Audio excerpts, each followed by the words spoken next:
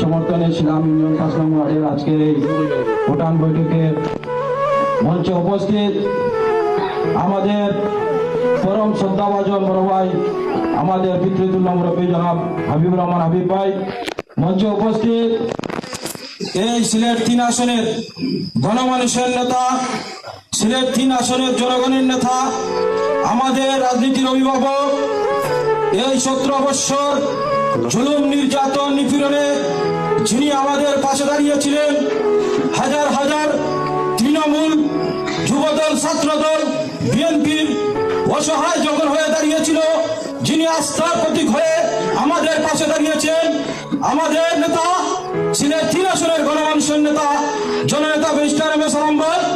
মঞ্চে উপস্থিত ছিলাম ইউনিয়ন যুবদল ছাত্রদল জালালপুর এবং দক্ষিণ সুরমা থেকে আগত অতিথিবৃন্দ, সবাইকে বক্তব্যের শুরুতে আমার পক্ষ থেকে জানাই শুভেচ্ছা অভিনন্দন। এখানে বক্তব্য দেওয়ার কিছু নেই, এখানে আজকে উপস্থিত আছেন আমাদের সবার নেতা ব্যারিস্টার এম এ সালাম ভাই। প্রাথমিক একটি নাম প্রকাশ করা হয়েছে দল থেকে, এটা কোনো চূড়ান্ত নয়, আপনারা সবাই তা জানেন। এই বিষয়টা নিয়ে আমাদের নেতা ভাষ্য যেটা হয়েছে, আমরা চূড়ান্ত পর্যায়ে গিয়ে দল যদি আমাদেরকে নমিনেশন না দেয়, আমরা গানের শীর্ষের পক্ষে কাজ চালিয়ে যাব। কিন্তু এখনো দল চূড়ান্ত কোনো মনোনয়ন কাউকে দেয় নাই, বিধায় আমরা সালাম ভাইয়ের সাথে নিয়ে আমরা এখনো রাজপথে কাজ করছি। তৃণমূলের কাছে আমরা গিয়েছি, দক্ষিণ সুরমা, ফেন্সিগঞ্জ, পালাগঞ্জ, এই প্রতিটা মানুষের একটি অপরাধ। সবাই এক কথা বলছে, সিলেট 3 আসনে আমরা জননেতা সালাম ভাইকে এমপি হিসাবে চাই। আমাদের তৃণমূল আমাদের নেতা কর্মীদের দাবি, এই সিলেট 3 আসনে যেন আমাদের নেতা, জনগণের নেতা, এই 3 আসনকে নিয়ে যিনি স্বপ্ন দেখেন, যিনি এই 3 আসনকে নিয়ে তিনি স্বপ্ন দেখেন, দিন রাত অক্লান্ত পরিশ্রম করেছেন, গরিব অসহায় মানুষের পাশে দাঁড়িয়েছেন, যিনি এমপি না হয়ে আপনারা দেখেছেন বিগত দিনে বিবি ট্রাস্টের মাধ্যমে অসহায় মানুষের পক্ষে দাঁড়িয়েছেন, বিশুদ্ধ পানির জন্য টিউবওয়েল স্থাপন করেছেন, বিভিন্ন দুর্যোগ সময়ে যিনি এই এলাকার মানুষের পাশে দাঁড়িয়েছেন, শুধু এই এলাকা নয় তথা 3 আসনের মানুষের কাছে দাঁড়িয়েছেন। স্কুল মাদ্রাসা থেকে শুরু করে পাড়ায় মহল্লায় গ্রামে গঞ্জে সব জায়গাতে যিনি গিয়েছেন, অসহায় গরিব মানুষের খবর নিয়েছেন। এবং এখানে উপস্থিত আছেন অনেক নির্যাতিত ছাত্রদল যুবদলের নেতা কর্মীরা, যারা আওয়ামী লীগের সময় জেল কেটেছেন, মামলার শিকার হয়েছেন। আপনারাই রাজশাহী, আপনারাই বলেন, আপনারা যখন জেলে গিয়েছিলেন, যখন আপনারা কাছে পেয়েছিলেন, আপনারা সেটা সাক্ষী দেন। আমরা একমাত্র সালাম ভাই ছাড়া আর কাউকে যখন যেহেতু সময় পাই না, সৃষ্টি হয়েছে, যেই সৃষ্টি হয়েছে, ব্যারিস্টার এম এ সালাম ভাই ছাড়া এই আসনে কোনো কথা নেই। এই আসন ব্যারিস্টার এম এ সালাম ভাই আসনের যোগ্য এবং হকদার। তৃণমূল, আমাদের তৃণমূলের রাস্তা, তৃণমূলের স্বপ্ন কখনো বিফলে যাবে না। আমরা মাঠে কাজ করে যাচ্ছি, আমরা কাজ করে যাব। 31 দফার লক্ষ্যে ঘরে ঘরে লিফলেট পৌঁছে দেওয়া হয়েছে।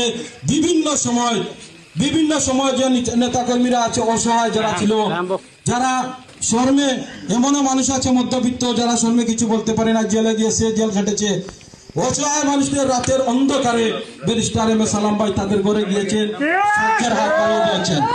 নেতা তো আমরা এমনই নেতা চাই, ব্যারিস্টার এম এ সালাম ভাই এই 3 আসন নিয়ে স্বপ্ন দেখেন, তিনি সেই স্বপ্নের সারথি হবেন। আমরা সেই ওনার সাথে এবং আমরা সবাই ঐক্যবদ্ধ। এই সিলেট 3 আসনে সালাম ভাই ছাড়া কোনো বিকল্প নেই। সালাম ভাইকে আমরা এই 3 আসনের এমপি হিসাবে দেখতে চাই। আমি আর কিছু বলবো না, এ বলে আমি আমার সংক্ষিপ্ত বক্তব্য শেষ করলাম। আর আমি না কথা বলতে চাই, ব্যারিস্টার এম এ সালাম ভাই যদি এমপি না হন, আমরা ব্যারিস্টার এম এ সালাম ভাইয়ের সাথে আছি কিনা? ঠিক আছি। ব্যারিস্টার সালাম ভাই ছাড়া তৃণমূল নেতা কর্মী কিছু বুঝে না। ঠিক এই বাজারে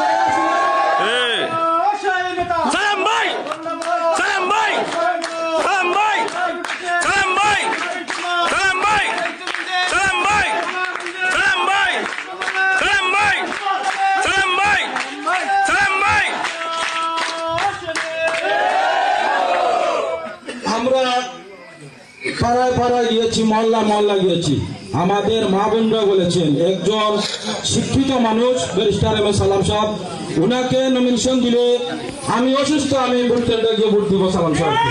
ঠিক বিভিন্ন পর্যায় থেকে শুধু সালাম ভাই এই গণজোয়ার সৃষ্টি হয়েছে, ইনশাআল্লাহ সেই গণজোয়ার বিফলে যাবে না। আমরা সালাম ভাইকে সাথে নিয়ে আছি এবং তারপর ইনশাআল্লাহ এই আসনে ব্যারিস্টার সালাম ভাই এমপি হবেন। এই বলে আমি আমার বক্তব্য এখানে শেষ করলাম। বাংলাদেশ জিন্দাবাদ, শহীদ জি অমর হোক, দেশনেত্রী বেগম খালেদা জিয়া জিন্দাবাদ জিন্দাবাদ, তারুণ্যের অহংকার আগামী রাষ্ট্রনায়ক জননেতা তারেক রহমান জিন্দাবাদ, সিলেট 3 আসনের গণমানুষের নেতা, সিলেট 3 আসনের জনগণের নেতা, জনতার এমপি ব্যারিস্টার এম এ সালাম ভাই জিন্দাবাদ জিন্দাবাদ।